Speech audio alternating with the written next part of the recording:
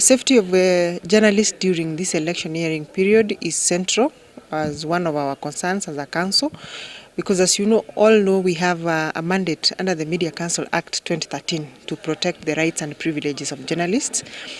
2022 has emerged as one of those years that the working environment has become very challenging. It is something that we had expected and projected, and therefore within our election preparedness strategy, we have a few interventions that we are putting in place in partnership with other stakeholders to ensure that journalists have a conducive working environment, and one of those is a safety charter, for an intermediate safety charter that was developed by stakeholders, and to be specific, editorial managers and directors from across media houses, and that we were able to launch during the World Press Freedom Day.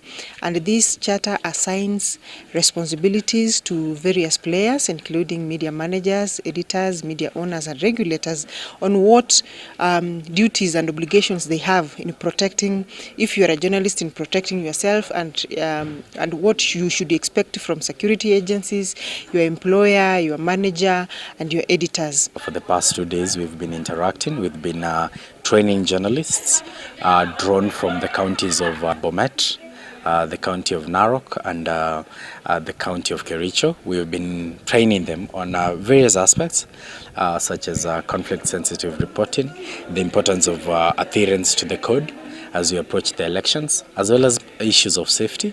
We understand that journalists will be at the front line reporting on different matters, even as we approach the elections, during the campaigns.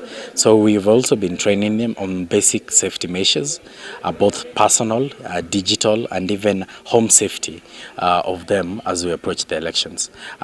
These trainings are being run parallel across the country. We have similar sessions in Central Province, Nyanza, Western Coast, and even in Northeastern, just to try and build the capacity of journalists. This is just but the start of these trainings. We shall have more and more of these trainings as we continue, and even as we approach the elections of August 9, 2022. Some of the things that we think are innocent names, they're meant to demean, they're meant to annoy, and as a result we create tensions and cracks within society. But for journalists, we should be able to spot out these words. Once we spot them out and the phrases, then we're also helping to unify the country and sanitize ourselves from these very bad habits. It's very important for journalists to be peacemakers and not conflict inciters. Journalists should assume the role of mitigators when it comes to resolving conflicts, and they should play their role as the watchdog of the society, and to ensure that the election does not degenerate into violence.